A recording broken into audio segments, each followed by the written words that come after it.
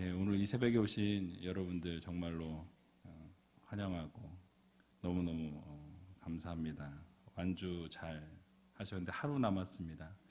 우리 옆에 있는 분들에게 잠깐 인사했으면 좋겠는데요. 예수님께서 우리를 위해 죽으셨습니다. 이렇게 인사했으면 좋겠습니다. 여러분 정말로 예수님께서 여러분 한 분 한 분을 위해서 죽으셨다라는 거 믿으십니까? 아멘. 또 죽으심 그대로 잊지 않으시고 부활하셔서 우리에게 생명 주셨다라는 이 사실도 여러분 믿으십니까? 예. 우리는 그 믿음을 가지고 살아가야 할 것입니다. 이제 내일이면 특별 새벽 기도회가 막을 내립니다. 3주 동안 하나님의 은혜가 넘쳤을 것이라 믿고 또 여러분들의 기도 제목들이 다 응답되어 졌으리라 믿습니다. 오늘은 특별히 예수님께서 십자가에서 이 고난을 당하시고 돌아가실 때에 일어났던 사건들과 그 이후의 반응과 나타난 일들에 대해서 알려주고 있는 본문의 내용이 담겨 있습니다. 오늘 본문을 함께 살펴보면서 이 예수님의 죽으심 또 그 이후에 일어난 일들을 통해서 주님께서 우리들에게 어떠한 교훈을 주시는지 함께 살펴보는 시간을 갖기를 원합니다. 오늘 본문 44절에서 45절을 보게 되면요. 예수님께서 십자가에서 돌아가시기 바로 직전에 일어난 현상들을 기록하고 있습니다. 우리 같이 한번 읽어보도록 하겠습니다. 때가 제6시쯤 되어 해가 빛을 잃고 온 땅에 어두움이 임하여 제9시까지 계속하며 성소의 휘장이 한가운데가 찢어지더라. 아멘. 자, 제6시부터 9시까지 어둠이 있었다라고 말씀하죠. 제6시는 오늘날의 시간으로 말하면 12시입니다.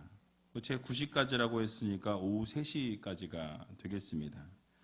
그래서 12시부터 오후 3시까지는 여러분이 잘 아시는 것처럼 해가 중천에 떴다라고 말하는 시간이에요. 가장 높이 떠 있고 빛이 가장 강렬한 시간임에도 불구하고 빛을 잃게 되었다라고 말씀하죠. 또 온 땅에 어두움이 임하였다라고 말씀하고 있습니다. 이것은 곧 이 세상을 창조하신 제2위격인 예수님께서 하나님이신 예수님이 순환당하심을 보면서 이 온 창조물들이 슬퍼하는 것을 표현해 주고 있습니다. 즉 누가는 온 세상이 어두워지는 것을 기록함을 통해서 예수 그리스도께서 죽으셨다라는 것, 이 죽음이 갖는 슬픔과 또 지성소의 휘장이 찢어지는 것을 언급하면서 하나님의 보좌가 모든 만민에게 공개되어지는 이 사건을 기쁨을 대조적으로 표현하고 있습니다. 여러분 아시는 것처럼 이 성소의 휘장은요, 성소와 이 지성소 사이를 가리고 있는 휘장이었습니다. 하나님께서 임재하셨던 이 지성소 안에는 오직 대제사장만이 1년에 단 한 차례, 즉 대속죄일에만 들어갈 수 있었던 공간이 바로 이 지성소였습니다. 그런데 예수님께서 십자가에 달려 죽으심을 통해서 그 휘장이 찢어졌다라고 말씀하죠. 이 휘장이 찢어졌다라는 이 말씀은 그동안 하나님께로 나아가는 길이 막혀 있었는데 이 예수 그리스도께서 죽으심을 통해서 우리들에게 그 하나님 앞에 나아갈 수 있는 길이 열려졌다라는 말씀입니다. 그래서 대속의 제물이 되셔서 하나님께 나아가는 길을 주님이 자신을 들이심으로 문을 활짝 열어주시는 사건이 바로 예수 그리스도께서 십자가에 죽으신 사건이었다라는 것입니다. 다시 말씀드리면 그동안은 범죄한 인간이 거룩하신 하나님 앞에 나아갈 수 있는 방법이 없었습니다. 그런데 예수님께서 속죄 사역을 통해서 이 범죄한 인간들도 하나님 앞에 나아갈 수 있는 기회가 주어졌다라는 아주 큰 의미를 담고 있습니다. 여러분 이것이 얼마나 큰 은혜입니까? 예수님께서는 우리가 하나님 앞에 나아갈 수 있는 그 길을 열어주셨다라는 사실이에요. 십자가에 달려 죽으시고 물과 피를 다 쏟으심을 통해서 또 모든 고난과 고통과 수치를 다 당하심을 통해서 바로 예수 그리스도를 통해 우리가 하나님 앞에 나아갈 수 있는 길이 열려졌다라는 사실입니다. 이것이 바로 십자가의 은혜다라고 말씀을 드릴 수 있습니다. 그러므로 우리 모두는 날마다 예수 그리스도의 이 대속의 은혜를 생각하면서 매일매일 감사와 찬양과 영광을 올려드려야 할 것입니다. 그리고 마지막 순간에 예수님께서 아버지 하나님께 자신의 영혼을 부탁하나이다 라고 말씀하시면서 돌아가셨다라고 오늘 성경은 말씀합니다. 그런데 그 모습을 지켜보던 수많은 사람들이 예수님께서는 정말 하나님의 아들이셨다, 정말 의인이셨다라고 인정하는 것을 우리는 성경을 통해서 보게 됩니다. 오늘 본문 47절을 보게 되니까요, 백부장이 나오는데 우리 같이 한번 47절 읽어보도록 하겠습니다. 백부장이 그 된 일을 보고 하나님께 영광을 돌려 가로되 이 사람은 정령 의인이었도다 하고. 아멘. 자, 여기서 나오는 이 백부장은 예수님의 죽으심을 바로 옆에서 본 로마 군병 중 하나였습니다. 로마 군병 중 하나였던 백부장인데 거기에 정관사 더가 쓰여져 있어요. 바로 그 백부장이라는 것입니다. 그래서 그 사람은 누구냐? 바로 예수님의 십자가 처형을 집행하던 사람이었습니다. 전해지는 전승에 의하면 그의 이름은 페트로니우스라는 사람이었는데요. 이 페트로니우스라는 사람이 예수님께서 그 돌아가시는 십자가 처형 가운데 있을 때 바로 곁에서 그 십자가 처형을 주도하던 사람이었다 그래요. 그 예수님의 십자가 처형 과정을 지켜보면서 예수님이 죄 없으심을 깨닫게 되고 십자가에 돌아가시는 것을 바라보면서 죄 없으신 주님이라는 것을 확신하게 되었다라는 것입니다. 그래서 그 후에 신앙을 갖게 되었고 복음을 증거하다가 결국은 갑바도기아에서 순교하게 되었다라고 전해지고 있습니다.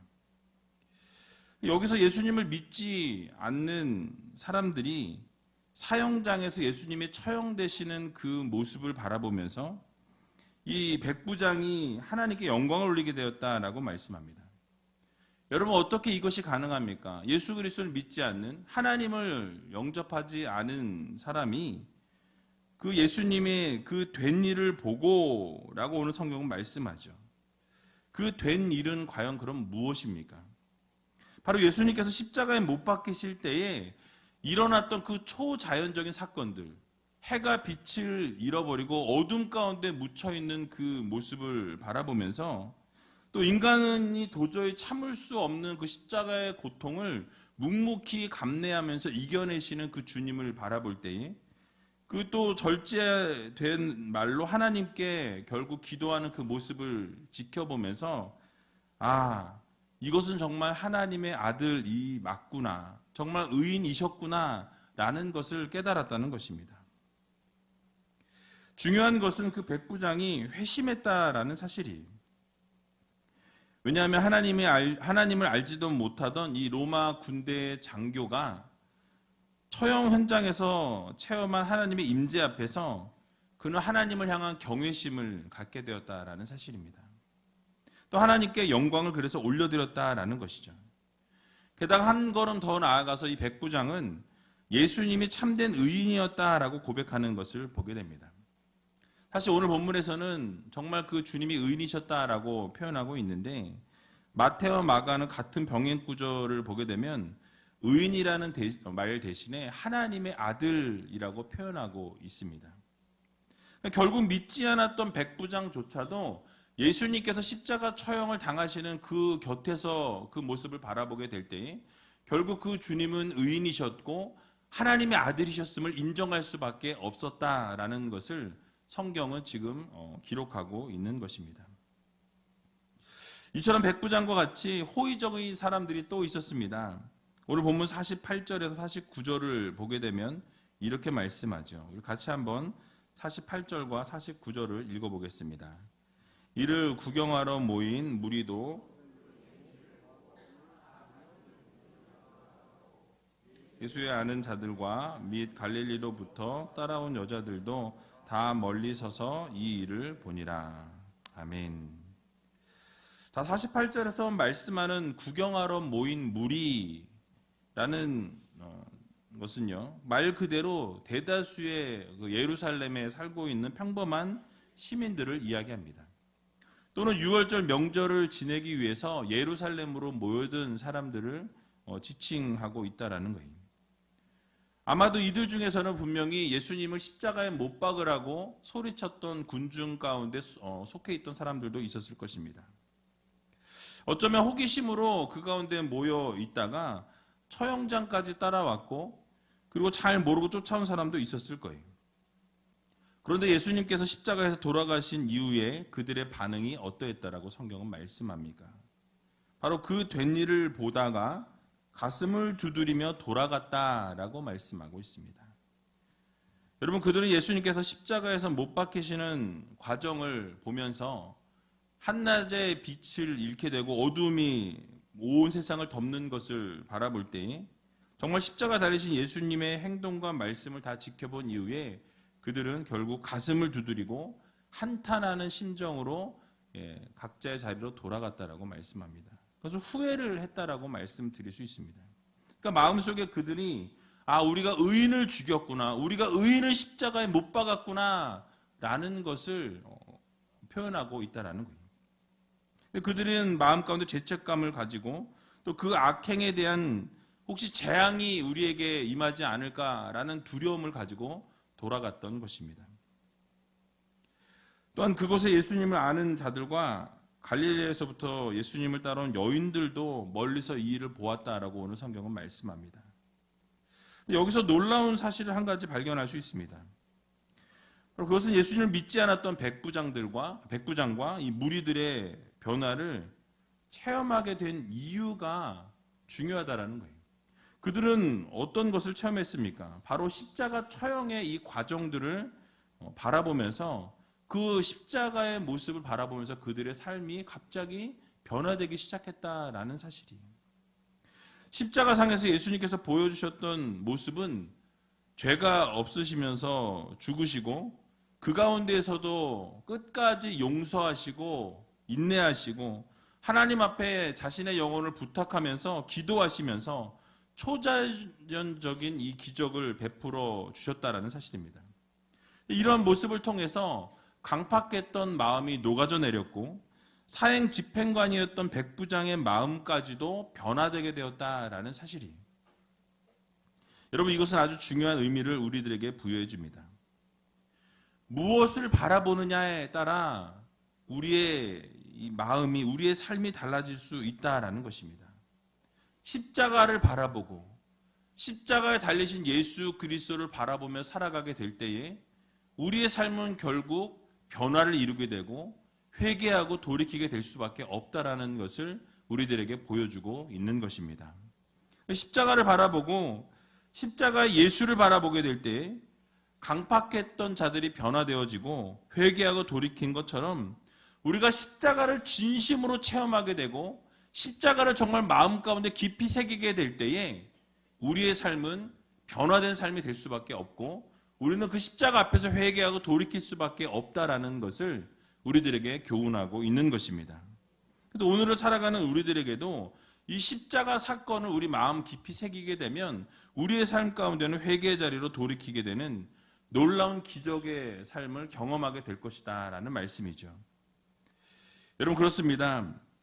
십자가는 인간의 죽었던 이 양심을 일깨우는 놀라운 기적의 역사가 있습니다. 구경꾼으로 쫓아갔던 자들이 가슴을 두드리다가 결국은 오순절날 회개하고 세례를 받게까지 한 것은 바로 이 십자가 사건의 역사였다라는 거예요. 여러분, 십자가에 우리의 삶이 진실로 직면하게 되는 그 순간 인간의 마음 가운데는 바로 이 죄책감과 심판에 대한 두려움을 느끼지 않을 수가 없다라는 사실입니다. 왜냐하면 십자가는 바로 인간의 내면 깊은 죄까지 고발하고요. 그 죄를 해결받지 못하게 될 때 결국 하나님께 심판을 받을 수밖에 없다라는 것을 깨닫게 해주는 것이 바로 십자가라는 것입니다.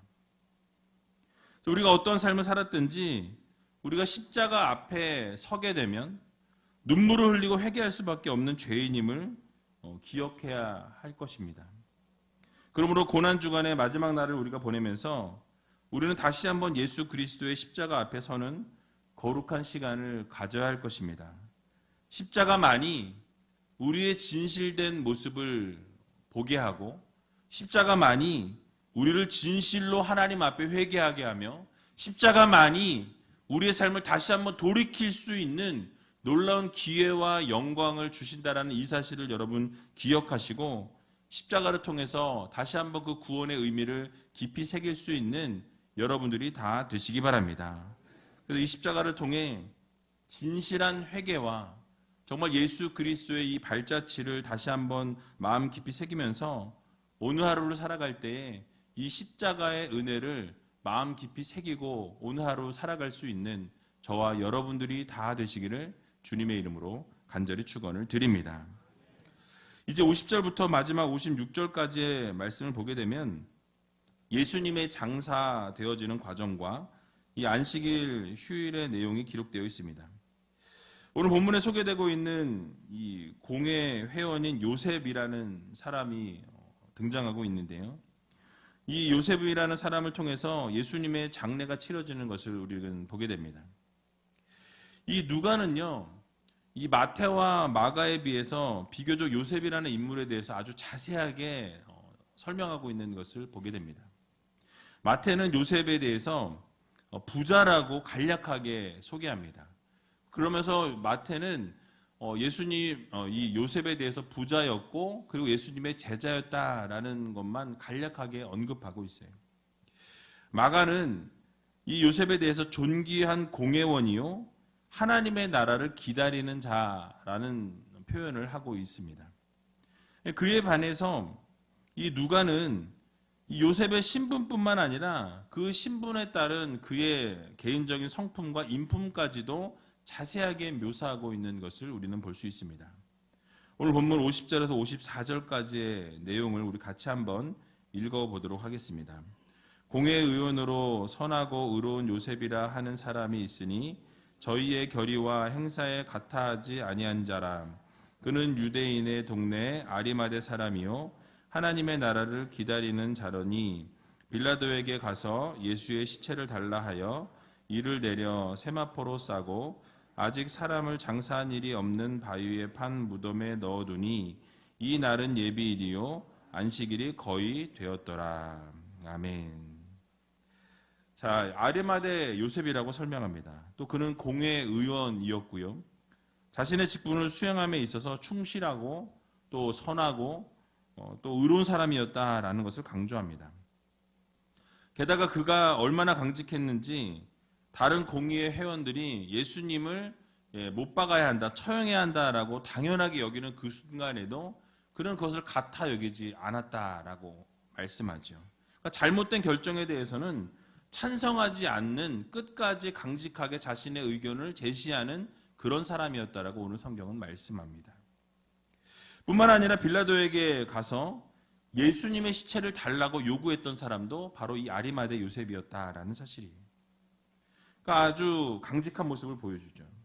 결국 이러한 요셉을 통해서 다시 한번 예수님은 죄가 없으셨다라는 것을 우리들에게 교훈해주고 있습니다. 여러분, 특별히 사내들인 공회원 중에 한 사람이었던 이 요셉이 빌라도에게 가서 이 사내들인 이 공회에서 정죄해서 예수님을 십자가에 못 박게 했는데 그곳을 찾아가서 시신을 달라라고 하는 것은 사실 엄청난 용기가 필요한 일이었습니다. 왜냐하면 예수님의 시신을 달라 요청하고 장사 지내겠다라는 것은요, 결국 그 공의회에서 자신이 빠지겠다라는 거예요.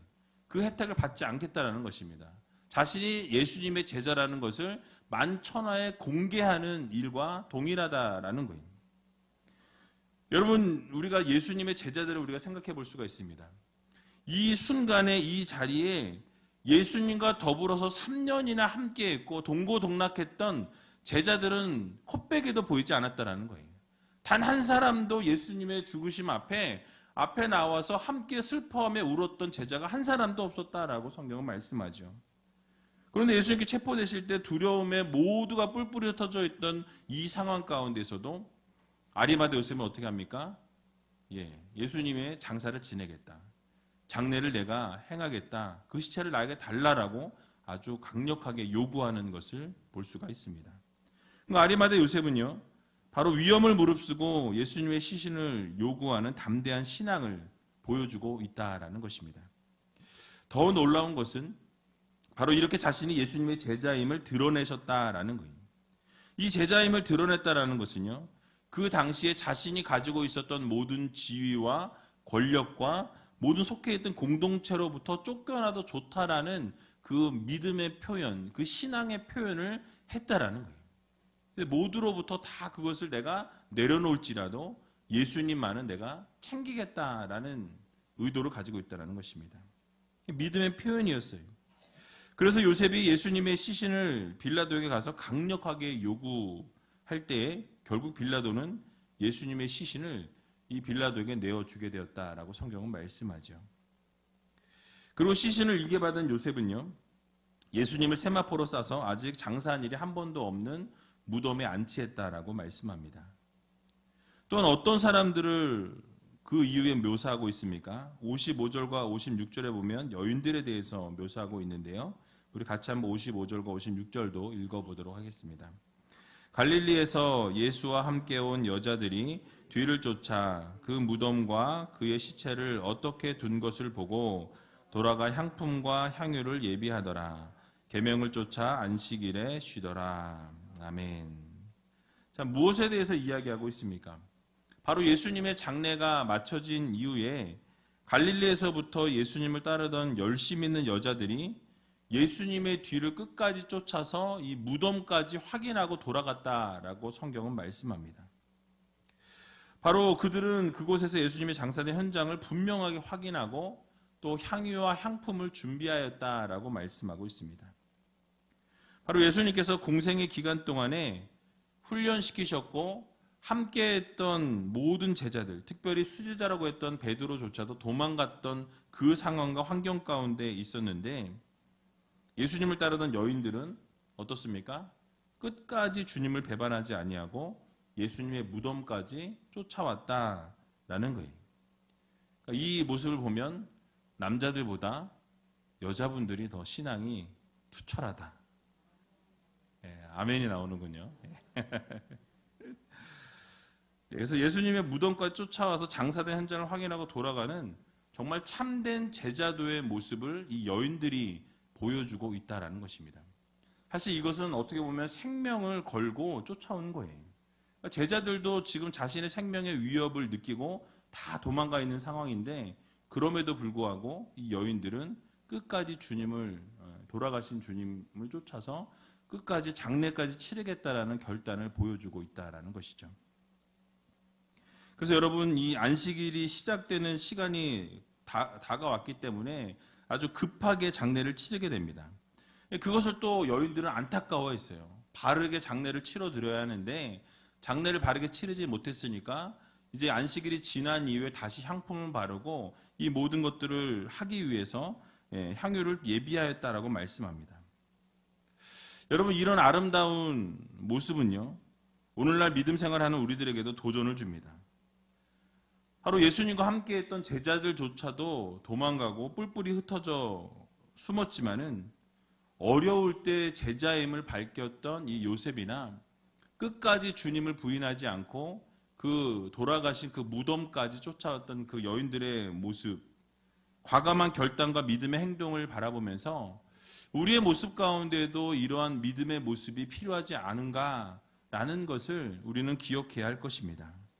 그들과 같이 주님을 향한 사랑을 표현하고 정말 과감하게 그 믿음의 모습을 우리가 세상 가운데서 드러내며 살아갈 줄 아는 그런 성도들이 되어야 한다라는 것을 여러분들 우리는 기억해야 할 것입니다. 그래서 우리는 주님의 사랑을 날마다 표현할 뿐만 아니라 과감하게 세상 가운데에서도 빛으로 소금으로 우리가 예수 그리스도의 증거자로서의 삶을 살아 올려드릴 수 있는 그런 믿음의 백성들이 되어야 한다는 것입니다. 그러므로 우리 모두는 이들의 신앙의 모습을 본받아서 주님을 배반하지 아니하고 어떤 상황과 형편과 조건 속에서도 우리는 날마다 주님을 붙잡고 살아가야 한다는 것입니다. 그러므로 우이제일교회 성도 여러분, 우리는 흔들리지 않는 믿음 생활을 하고 주님께서 걸어가신 그 길을, 그 발자취를 아름답게 따라가면서 주님 앞에 영광 올려드리고 주님이 기뻐하신 일들을 아름답게 감당하며 살아갈 수 있는 저와 여러분들이 다 되시기를 주님의 이름으로 간절히 축원을 드립니다.